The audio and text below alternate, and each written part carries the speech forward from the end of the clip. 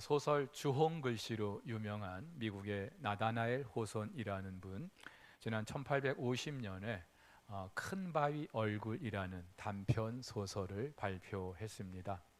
주인공 어니스트가 사는 미국의 그 작은 마을에는요, 사람의 얼굴을 모양을 한 큰 바위가 있었어요.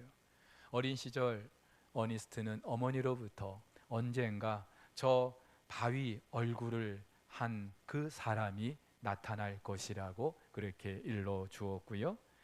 어니스트는 자라면서 그 사람이 언제 나타날까 늘 궁금해하며 기다리며 살게 됩니다.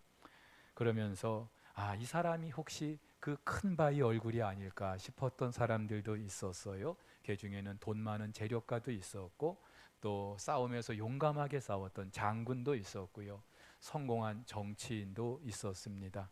그런데 겉으로 보이는 그들의 화려한 이면에 감춰진 그들의 모습에 인해 실망하게 되고, 큰 바위 얼굴이 아니구나라고 하는 사실을 알게 됩니다. 그러는 사이에 이 소년은 청년이 되고 장년의 때를 지나고 어느덧 노년에 접어들게 됩니다. 여러분, 이 어니스트는 과연 그 큰 바위 얼굴을 만났을까요?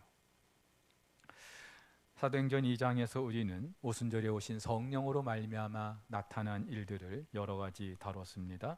일단 오순절에 성령이 오셨다는 것, 구약의 예언, 그리고 예수님의 그 약속이 성취된 것이라는 걸 말씀드렸습니다.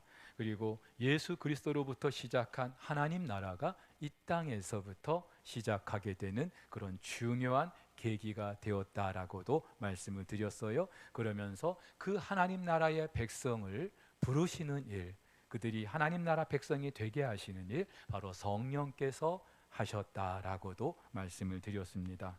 그런데 성령께서 그렇듯 하나님 나라의 백성을 부르시는 과정에서 대표적으로 나타났던 것이 바로 회개와 세례였습니다. 그렇죠? 성령께서 택하신 당신의 백성을 부르시는 과정에서 반드시 나타날 수밖에 없는 것, 사람들의 회심입니다. 이 회심은요, 내 인생의 주인을 바꾸는 일이죠. 내가 살아갈 나라를 바꾸는 일입니다. 삶의 목표와 방향을 다시 설정하는 일입니다. 죄로부터 돌아서서 예수를 향해 가는 그 일이고요. 어둠을 버리고 빛을 선택하는 것, 회심입니다. 미움이 아니라 용서를 선택하는 것, 다툼이 아니라 평화를 선택하는 것, 이것이 바로 회심한 사람들의 삶의 모습이에요. 한마디로 이 세상 사람들의 그 가치관을 벗어버리고 하나님 나라 가치관으로 나를 무장하는 것, 이것이 회심입니다. 바로 이 과정을 통하여서 저와 여러분들은 내 안에 성령이 계시구나, 그렇게 인지할 수 있고 사람들에게 보여줄 수 있는 거예요. 그런데 이렇게 회심한 사람들의 공동체, 그것이 바로 교회입니다. 사랑하는 우리 성도 여러분, 참다운 회심을 경험한 사람들의 모임이 교회라는 사실 믿으시기를 축복합니다. 여러분들의 대답이 별로 이렇게 자신이 없는 이유가 있죠. 성경을 봐도, 또 지난 역사를 봐도, 또 우리 공동체만 봐도 과연 이 교회가 참다운 회심을 경험한 사람들의 모임인가 싶을 정도로 그렇지 않을 때가 많기 때문입니다. 이유가 있어요. 이 땅의 모든 교회 공동체, 이미 회심을 경험한 사람들의 모임이기도 하지만 앞으로 회심할 사람들의 공동체이기도 하기 때문이죠. 즉각적인 변화가 있는 분들도 있습니다마는 계속해서 점진적으로 바뀌는 분들도 있기 때문이죠. 극단적으로 말씀드리면 알곡도 있지만 가라지도 있기 때문입니다. 그렇기 때문에 교회가 왜 이래? 우리가 그럴 필요가 없는 것이, 교회는 그런 곳이기 때문에, 이 땅의 교회는 그런 곳이기 때문에. 하지만 여러분, 아무리 그래도 이 땅의 교회, 하나님께서 기뻐하시는 그런 교회, 우리가 꿈꿀 수 없는 걸까요? 마음속에 사모하는, 언젠가 그런 교회를 우리가 경험할 수 있지 않을까 하는 그런 큰 바위 교회, 과연 없는 걸까요? 그렇게 회심을 경험한 사람들을 중심으로 역사상 최초의 지역교회, 예루살렘 교회가 탄생합니다. 한 번에 3,000명이나 회개하고 세례를 받았기 때문에 어쩌면 지금 우리 교회보다 더 규모가 있을 수도 있어요. 그런데 역사상 최초라는 것 또는 그 규모나 숫자와 상관없이 이 예루살렘 교회가 오고 오는 모든 교회에 교회다운 교회로 그렇게 인식되는 그 이유 무엇일까요? 사실 어느 시대든지 뜻있는 그리스도인들 항상 교회의 개혁을 외쳐왔습니다. 시대가 어둡고 교회가 제 역할을 감당하지 못할 때 더 그랬습니다. 그러면서 나름대로 바람직한 교회, 이상적인 교회를 제시하였고요, 직접 실행에 옮기기도 했습니다. 그런데 이런 새로운 교회 운동은요, 반드시 기존의 공동체를 거부하거나 비판하는 일로 시작합니다. 그러면서 무언가 모델로 삼을 만한 그런 공동체에 의존할 수밖에 없는 거예요. 그렇잖아요? 아무것도 없는데, 모델이 없는데 이런 교회가 이상적이다 그렇게 말할 수 없잖아요. 그래서 지난 2000년 기독교 역사 속에서 빠지지 않고 소개되었던 교회가 바로 예루살렘 교회입니다. 그런데 여러분, 여기서 우리가 생각할 것이 있어요. 과연 예루살렘 교회는 완전한 교회였을까요? 모든 교회의 모판이고 원형이라고 그렇게 말할 수 있을까요? 사실 여러분, 초대 예루살렘 교회는요, 교회의 모델이 없는 그 상태에서 전통적인 유대 사회에서 만들어진 최초의 교회입니다. 당연히 2000년이라는 그런 시간적인 간격, 그리고 대한민국이 아니라 팔레스타인 땅에 세워졌다고 하는 그런 지리적인 차이뿐만이 아니라 대다수 유대인의 그 전통 사회라는 그런 특수성도 고려하지 않을 수 없는 그런 교회였어요.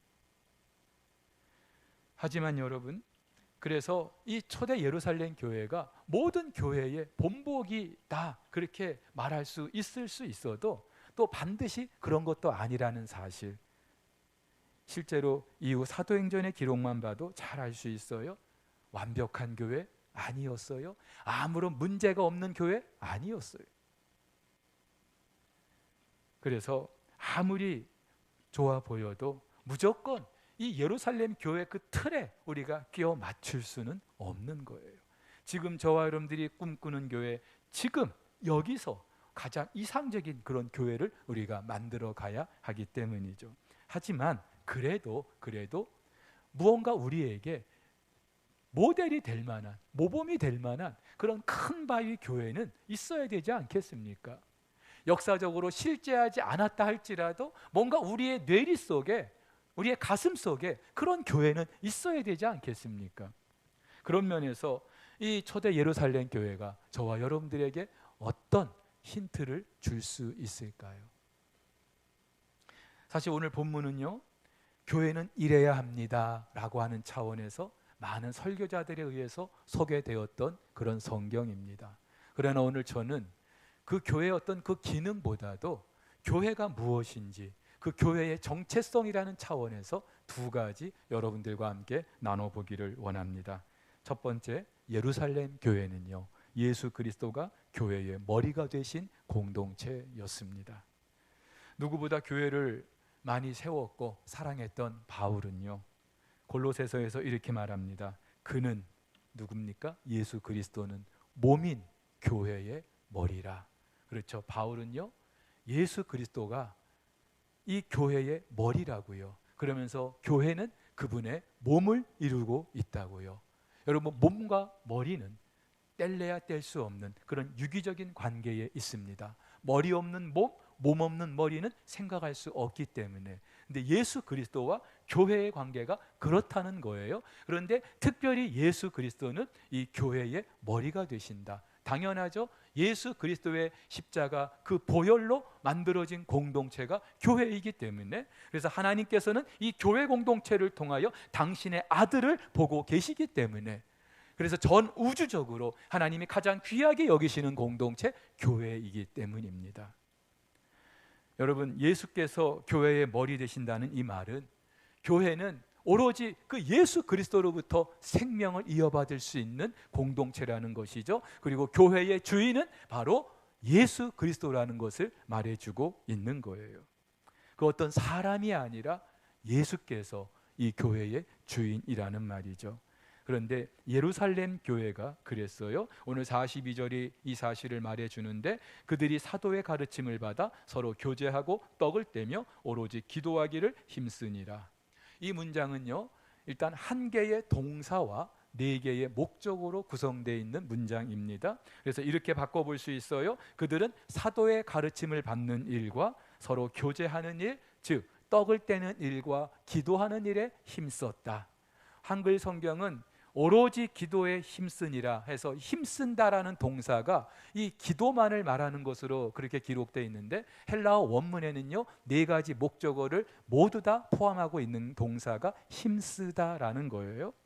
그런데 그 네 개의 목적어는 다시 두 개로 나눌 수가 있습니다.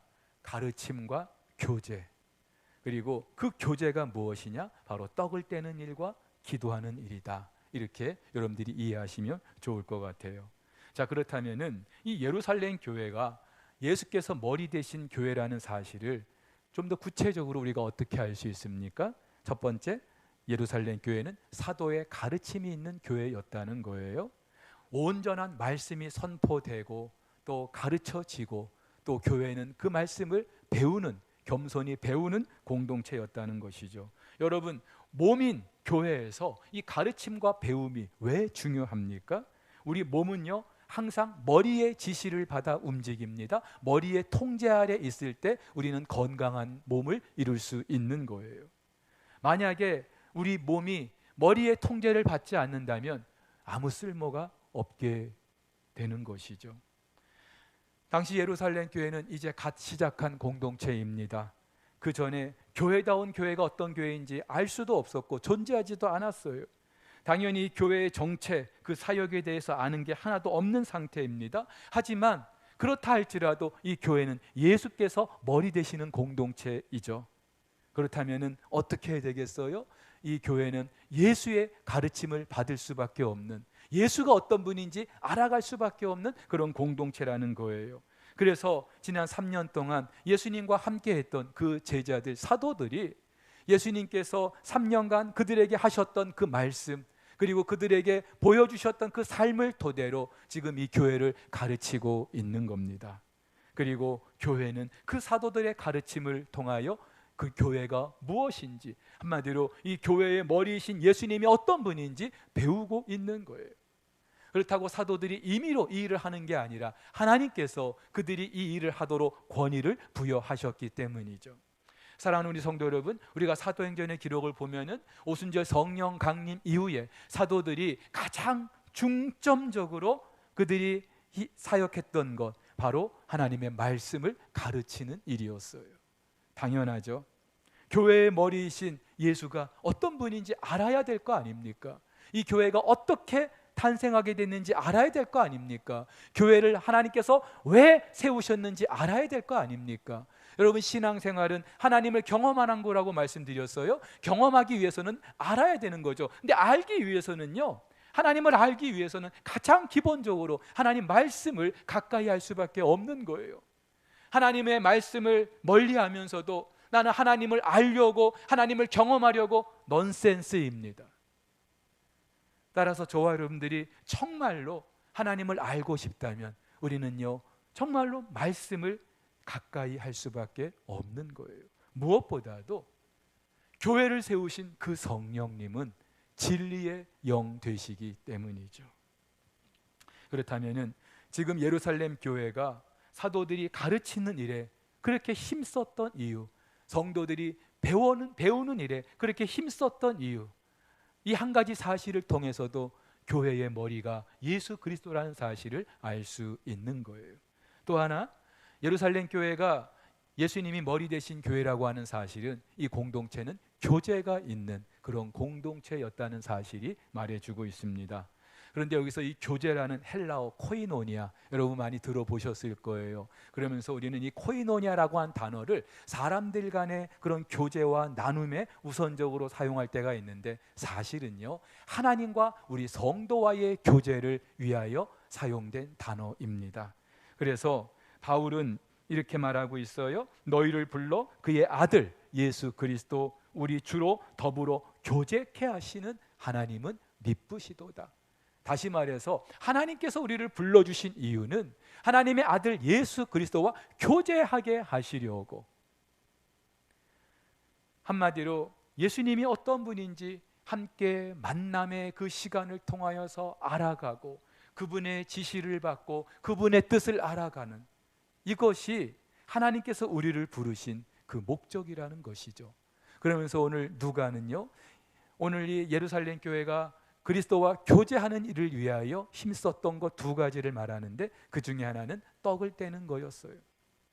42절, 46절 떡을 뗀다, 바로 이것은 성찬을 말하는 것입니다.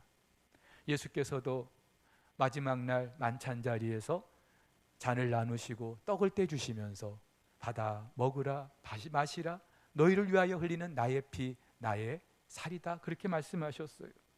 바울도 이렇게 말합니다. 우리가 축복하는 바 축복의 잔은 그리스도의 피에 참여함이 아니며 이게 교제한다는 말이에요.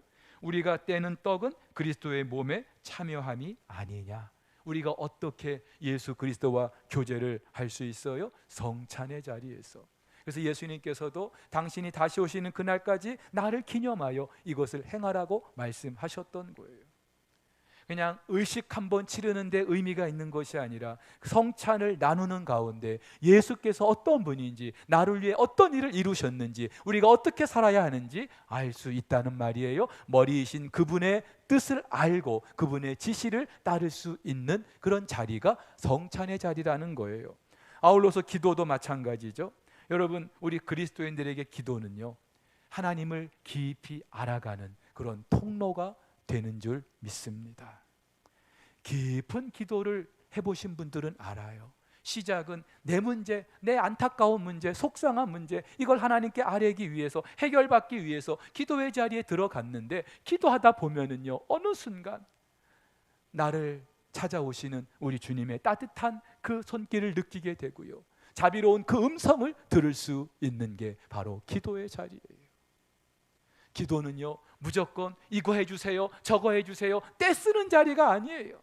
우리 그리스도인들은요, 이 기도의 자리에서 우리의 기도를 받으시는 하나님이 어떤 분인지 더 깊이 경험하게 되는 줄 믿으시기를 바랍니다. 여러분, 예수 그리스도는 교회의 머리이셔요. 근데 이것을 우리가 이론적으로 알고 있는 것과 실제로 우리의 삶 속에서 경험하는 것은요, 너무나 엄청난 차이가 있겠죠. 말로만 예수가 나의 주이십니다 고백할 게 아니고요, 그러기 위해서 나의 주인이신 우리 주님께서 오늘 내게 무엇을 말씀하시는지 그것을 듣고자 말씀에 귀를 기울이고 성찬의 자리에 참여하고 깊은 기도의 자리에서 그분의 음성을 듣고자 할 때 비로소 내 주인이 예수님이라는 사실, 그리고 나는 그분의 뜻에 따라 살아가는 사람이라는 사실을 우리는 증명해 보이는 거예요. 특별히 예루살렘 교회는 이 일에 힘썼다고 합니다. 이 힘쓰다라고 하는 동사는요, 어떤 일에 집중하다 또는 그 일을 계속하다, 그런 의미가 있어요. 한마디로 사도들의 가르침을 받고 교제하는 일에 이 예루살렘 교회가 집중했다는 거예요. 그리고 그 일을 계속했다는 거예요. 한두 번 하고 그만둔 것도 아니고요, 다른 일 때문에 우선순위를 뺏긴 것도 아니에요. 적어도 그들이 교회로 모인 이상 그들은 가르침을 받는 일, 그리고 그리스도와 교제하는 이 일을 그들의 삶의 우선순위에 두고 이 일에 집중했다는 말이죠. 왜냐하면 바로 그것이 그리스도께서 교회의 머리 되게 하시는 일이기 때문이죠. 머리 없는 몸은 생각할 수도 없기 때문입니다. 그렇다면 오늘 이 자리에 있는 저와 여러분들 모두가 다 그 그리스도의 몸을 이루는 사람들인데, 저나 여러분은 과연 누구의 지시를 받고 있습니까?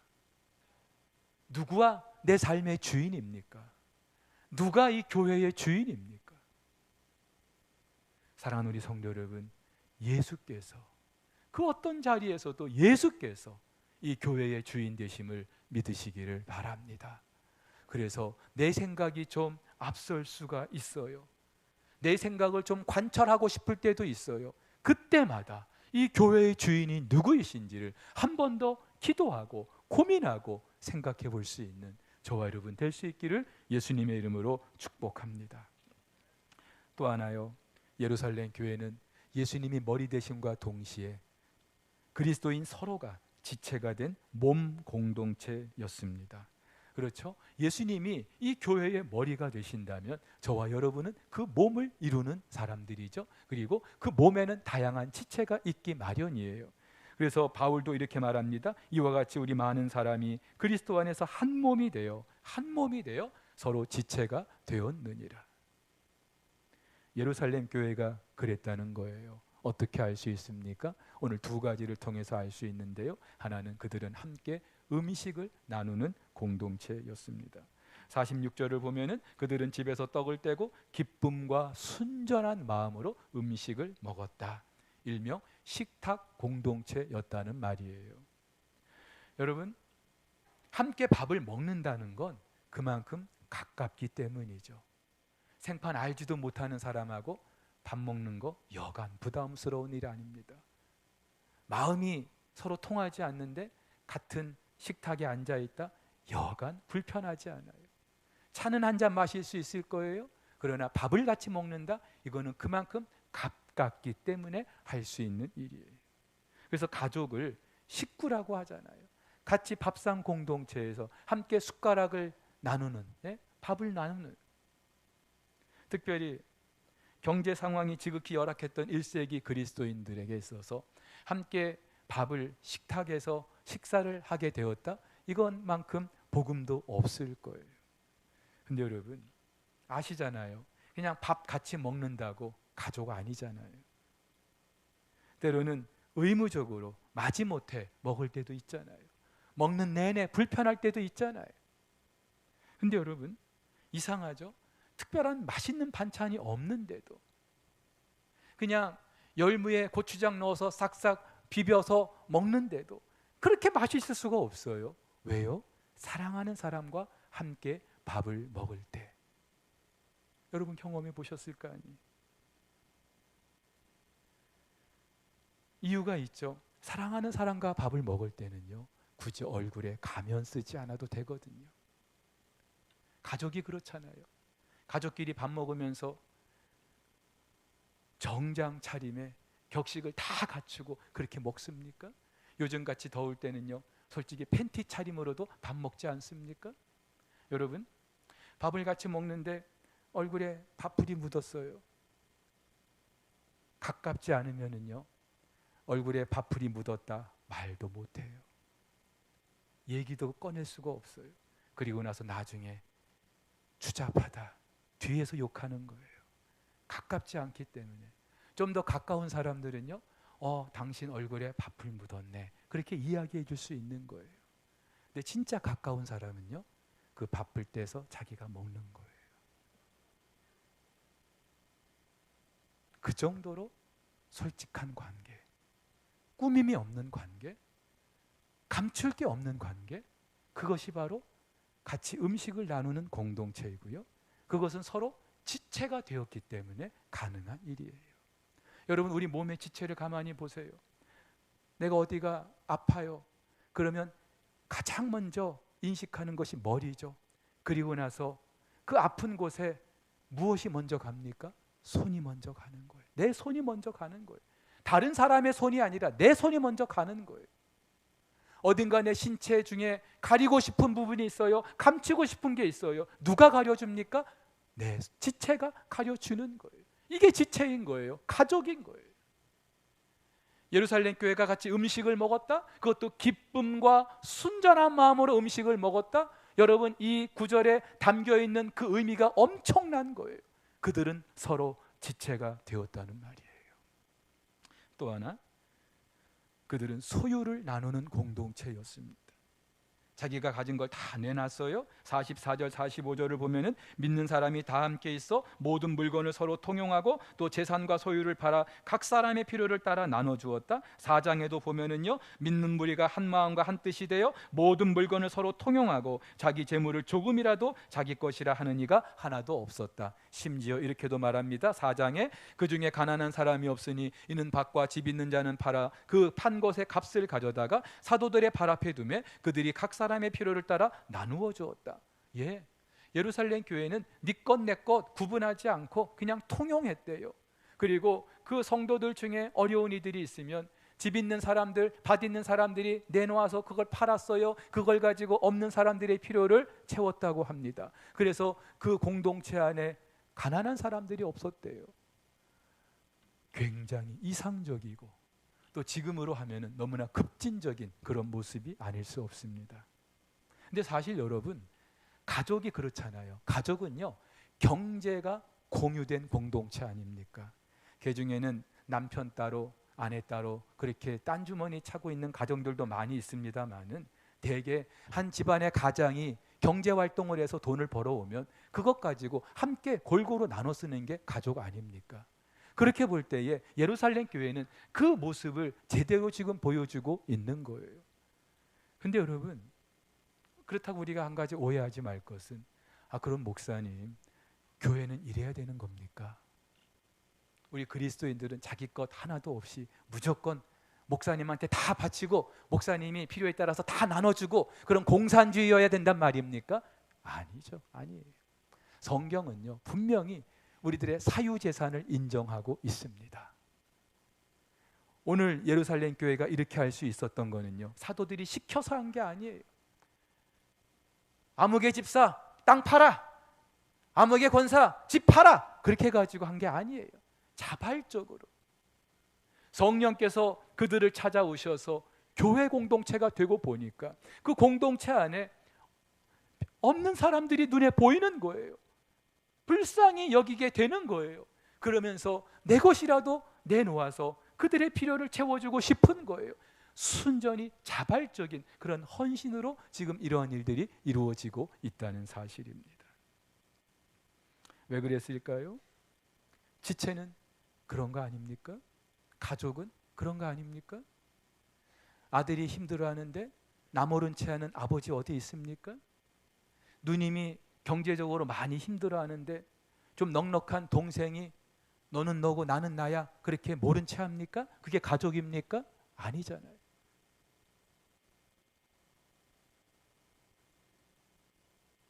물론 획일적으로 우리가 지금 이 시대에 적용할 수 없는 그런 부분이기도 합니다. 그러나 적어도 그 마음가짐은 우리가 본받아야 되지 않겠습니까? 그런데 이들이 그렇게 할 수 있었던 이유, 마음이 하나 됐기 때문입니다. 한마디로 이미 가족이 됐기 때문이에요. 사실 한 몸을 이루는 지체라면은요, 서로 다른 마음 품을 수 없어요. 머리가 저거 가져와 하는데 지체가 다리는 지금 움직여요. 그래서 그것을 향해 가요. 근데 팔이 싫어, 나는 싫어, 그렇게 할 수 없잖아요. 그건 지체가 아니잖아요. 몸이 아니잖아요. 그래서 누가는요, 이 예루살렘 교회가 마음을 같이 했다, 이것을 유난히 강조하고 있는데 1장에서도 더불어 마음을 같이 했다, 2장에서도 날마다 마음을 같이 했다, 5장에서도 믿는 사람이 다 마음을 같이 했다. 예, 단지 물리적으로 함께 모인 것뿐만이 아니라 마음을 같이 했다는 거예요. 원래 이들은요, 마음이 하나 될 수 없는 사람들이어서 예수님의 12제자만 해도 그들은요 절대로 마음이 하나 되지 못했던 사람들이에요. 더군다나 이날에 회개하고 세례를 받은 3,000명, 각지에서 온 그들의 출신과 혈통이 다른 그런 너무나 다양한 사람들이에요. 이들이 어떻게 마음을 하나 되게 할 수 있어요? 그들이 할 수 있었던 게 아니에요. 성령께서. 왜요? 성령은 하나 되게 하시는 영이기 때문인 줄 믿습니다.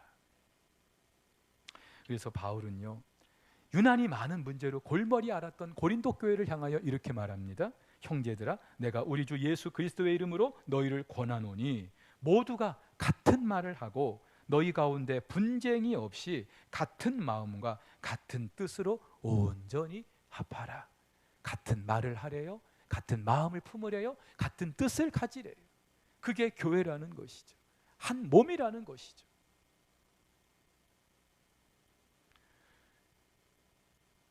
이렇게 볼 때에 예루살렘 교회는 예수께서 머리 되신 공동체, 그리고 그 성도들은 그 머리 되신 예수님의 몸을 이루는 지체가 되었던 공동체였다는 사실을 알 수 있어요. 그 결과 누가는 굉장히 의미심장한 말로 마무리하는데, 오늘 47절 우리 한 목소리로 읽도록 하겠습니다. 하나님을 찬미하며 또 온 백성에게 칭송을 받으니 주께서 구원받는 사람을 날마다 더하게 하시니라. 우리 석포교회가 건강한 그리스도의 몸이 되어서 하나님께 기쁨이 되고 세상에 소망을 주는 교회 되고자 하는데, 바로 이런 교회가, 이 예루살렘 교회가 그런 교회가 아니었을까요? 앞서 그 큰 바위 얼굴의 주인공 어니스트, 노년이 될 때까지 그 큰 바위 얼굴을 만나지 못합니다. 그리고 이제 이 사람도 나이가 들어서 하던 그 목수일을 자녀들에게 다 물려주고 이제 사람들을 찾아다니면서 그들을 깨우치는 설교가가 됐어요. 근데 그러는 중에 우연히 한 시인을 만나게 됩니다. 근데 이 시인이 이 어니스트의 이야기를 들으면서, 그래, 다른 사람이 아니라 이 어니스트가 바로 그 큰 바위 얼굴이구나, 그것을 알게 돼요. 어떻게 그런 일이 있을 수 있을까요? 이 어니스트는요, 그 큰 바위 얼굴을 항상 마음속에 새기고, 그 큰 바위 얼굴이 어떤 사람일까 늘 마음에 꿈꾸고 사모하고, 큰 바위 얼굴은 이런 사람일 거야, 이 어니스트가 직접 그렇게 살았던 거예요. 그러면서 오랜 시간이 지나면서 그 큰 바위 얼굴, 기대했던 큰 바위 얼굴은 나타나지 못했지만 어느 순간에 이 어니스트가 큰 바위 얼굴이 돼 있었던 거예요. 거듭 말씀드리는데 예루살렘 교회도 완전한 공동체 아니었습니다. 그리고 이 땅에 어떤 교회도 완전할 수 없어요. 하나님 앞에 우리 각 사람이 완전할 수 없기 때문에. 그러나 그래도 좀 이런 교회는 돼야 되지 않겠습니까? 우리가 꿈꿀 수 있는, 마음속에 품을 수 있는, 사모할 수 있는 그런 교회는 있어야 되지 않겠어요? 그런데 그 교회가 당장 내 눈앞에 없다 할지라도, 아무리 둘러봐도 이 땅에 그런 교회가 보이지 않는다 할지라도, 마음속에 그런 교회를 품고 그런 교회가 되려고 함께 몸부림할 때에 어느 순간에 우리 교회도 그런 큰 바위 교회가 되게 될 줄로 믿습니다. 물론 아직은 아니죠. 여전히 부족하고 허물투성이입니다. 그래서 오늘 본문에 나오는 모든 동사는요, 13개의 동사가 나오는데 그 중에 7개는 미완료 과거라는 시제이고 6개는 분사형으로 되어 있어요. 헬라어에서 미완료 과거 분사형은요, 동작이 아직 끝나지 않았다는 걸 말해요. 이 계속되고 있다는 거죠. 그러니까 보세요. 누가는 왜 일부러 그런 시제를 사용하고 있는 걸까요? 적어도 이 땅의 모든 교회들은 세워진 그 순간부터 우리 주님 다시 오시는 그날까지 계속해서 이런 일들이 있는 그런 교회를 만들어 가야 하는 책임이 있기 때문이라는 것이죠. 목사도 그렇습니다마는 이 자리에 예배하는 여러분들에게도 교회라는 이 공동체는요, 너무나 중요해요. 이 공동체가 중요하기 때문에 주일날 이 황금 같은 시간에 만사를 제쳐놓고 여러분들이 함께 예배의 자리에 오신 거예요. 그리고 실제로 삶 속에서 힘들고 지칠 때마다 이 공동체 안에서 새로운 힘과 용기를 얻기도 하고요. 갈 바를 모를 때 이 공동체를 통하여 내가 나아가야 될 그런 방향을 우리가 찾을 수도 있는 거예요. 여러분 아시죠? 교회가 평안하지 않으면 나도 평안하지 않아요. 교회가 문제가 가득하면은요, 일주일 내내 일도 손에 안 잡히는 게 교회예요. 교회를 정말 사랑하는 사람들은 그래요. 그래서 어쩌다가 교회를 옮길 일이 있을 때요, 이 여간 어려운 게 아니에요. 오늘도 새가족 수료하신 분들 중에는 이전에 다니던 교회에서 저희 교회로 이렇게 건너오신 분들도 계셔요. 이분들도 이야기를 들어보니까는요, 엄청 기도하셨어요. 눈물로 간구하셨어요. 속된 말로 신랑 바꾸는 것보다 더 어려운 게 교회 옮기는 거예요. 그 정도로 교회는 우리 공동체 그리스도인들에게 있어서 너무나 중요한 그런 가치가 있어요. 감사하게도 지난 50여 년 역사 가운데 우리 석포교회 그 역할을 나름 잘 감당해 왔어요. 여러분들이 어떻게 평가하시든지 잘 감당해 왔어요. 하나님의 은혜였고 또 앞선 우리 선배들의 수고와 눈물과 헌신으로 만들어낸 결과입니다. 그런데 거듭 말씀드리는데 아직은 아니죠. 이 교회 담임 목사인 저만 봐도 그렇고요. 여러분들 각자의 모습만 봐도 아직은 아닌 것 같아요. 여전히 서툴고 부족한 것밖에 없어요. 물론 저와 같은 목회자, 그리고 우리 장로님, 집사님, 권사님들, 이 교회를 위해서 세우신 분들의 책임이 더 클 수 있겠죠. 하지만 이분들만 교회를 세워가는 게 아니에요. 적어도 우리 몸을 이루는 지체라면은 그 지체 가운데 어느 것 하나도 나는 몰라, 당신들이 알아서 해봐, 그렇게 팔짱 끼고 있을 사람이 아무도 없다는 거예요. 지체는 그런 거예요. 그래서 정말 우리가 꿈꾸는 큰 바위 교회, 어느 누가 만들어주는 게 아니고요, 우리가 함께 만들어 가야 하는 줄 믿으시기를 바랍니다. 하나님께서 핏값으로 세우신 우리 석포교회, 하나님께 기쁨이 되고 교회가 세워진 이 세상에 소망을 주는 교회 될 수 있기를, 함께 만들어 갈 수 있기를 교회 머리이신 예수 그리스도의 이름으로 축복합니다.